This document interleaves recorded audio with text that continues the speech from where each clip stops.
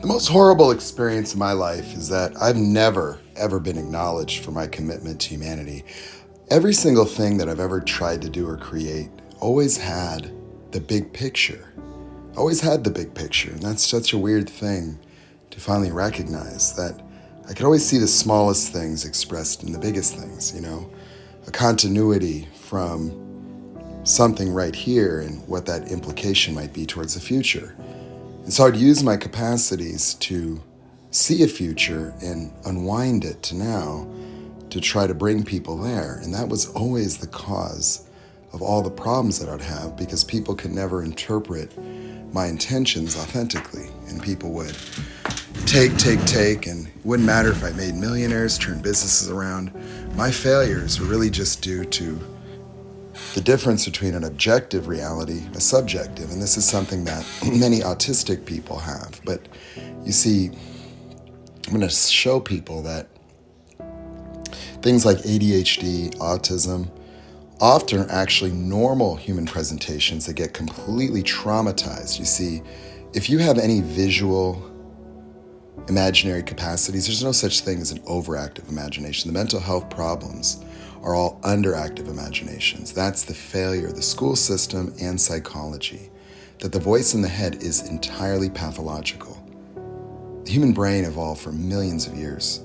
Language was just a tool to communicate things that I see and things that you see. An agreement, a sound to embody an object, a tool for discerning things from other things. And when human beings discern themselves from their own experience of the world, they created this illusion of a segregation between me and the world, where the world as it occurs to an animal or a human is the human. That you just are the view, not you within it. When you put you within it and embody all the triggers and traits that you imagine you being, you provide profound affliction and inhibition towards your own ability to act, something that is not found in nature. There is no abandonment wound in nature.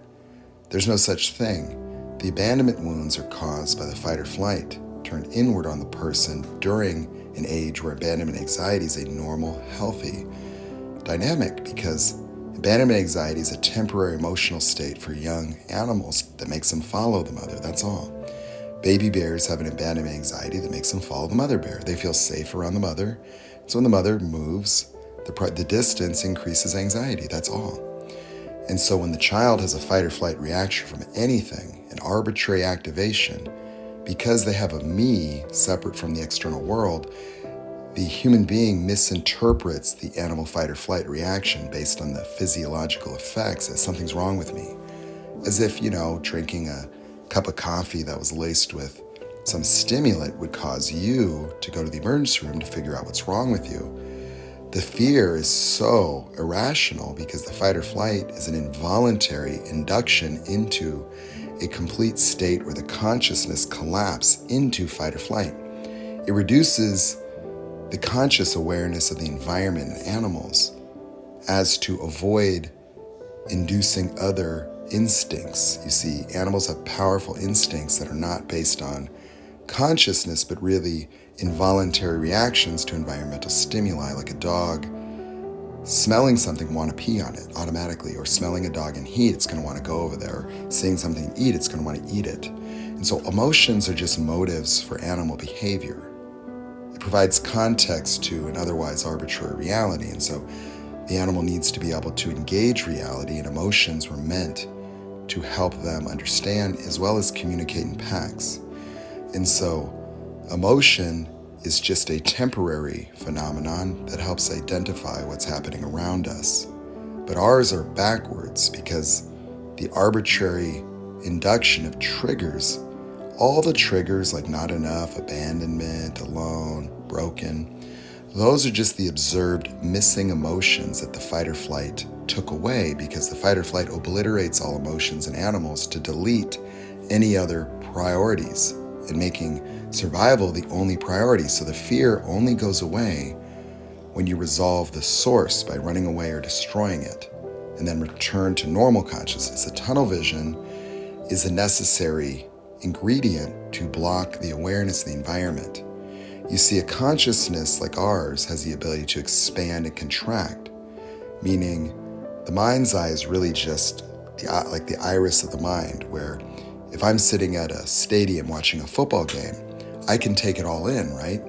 Now the noise becomes a murmur, just the crowd sound. But then I can focus on a conversation over there. That's why we have two ears. The two ears create a three-dimensional reality of sound because the speed of sound hits each eardrum at different times, creating a stereo effect. So it's kind of like you could listen to me talking, but you could be listening to someone else and then tune me out. And so if we're sitting at the stadium, I can focus on the game, I can focus on taking it all in. I can focus on reading the ingredients on something. And when I'm reading, then I tune everything else out. And so if I'm watching the game, don't talk to me, I'm watching the game, right? And so the reality outside of us gives our consciousness the ability to move around within it.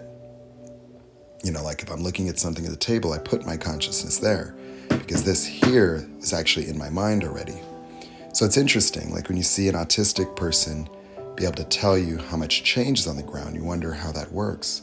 Well, I can tell you how. Because when you're counting the change in your hand, you fail to realize that it's already in your mind, that the subjective reality of tunnel vision blocks out all the cognitions that are actually happening at all times. The human brain is so intelligent that people don't know they're all geniuses creatively, because creativity was our birthright. The expression of intelligence and creativity is only a function of the level of fight or flight.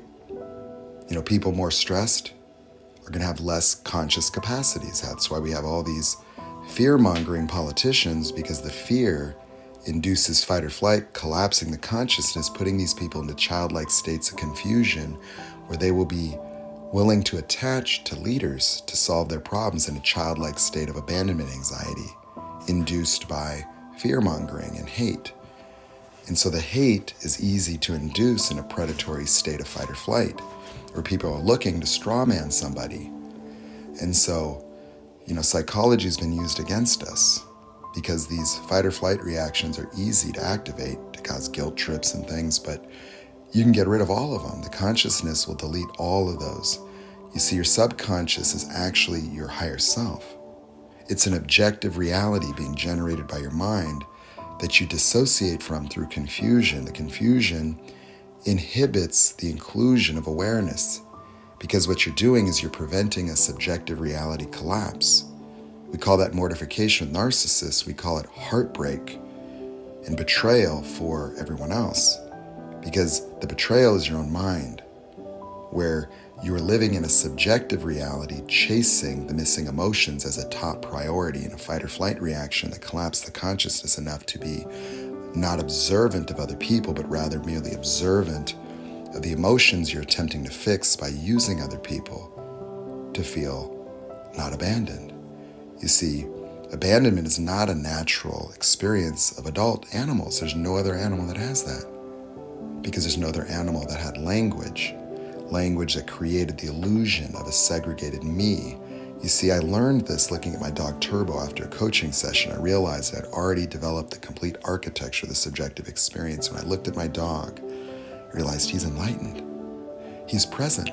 And I watched him bark, and like he went into fight or flight, tunnel vision, and trauma bonded to a dog. And when the dog was gone, he stopped barking. He wouldn't listen to me when I would talk to him because he was blocked. He was in a fight or flight, so he couldn't hear me. That's also why one of my dogs bit me when I was fighting, because it couldn't see me. That's psychopathy, and that's why people trample each other in panics. But you see, human beings start with too much sympathetic activity already, and we just normalize it because it just never goes away. But you see, enlightenment is just a restoration to normal consciousness. And I mean it. And so if you guys want to experience it, I've been doing it with great ease. And you're going to see, I'm going to take this to academia. And it's going to be an amazing thing. We can save humanity. I promise you. This is real. I've done transformation my whole life. This is just the next level. And I hope that people listen before it's too late.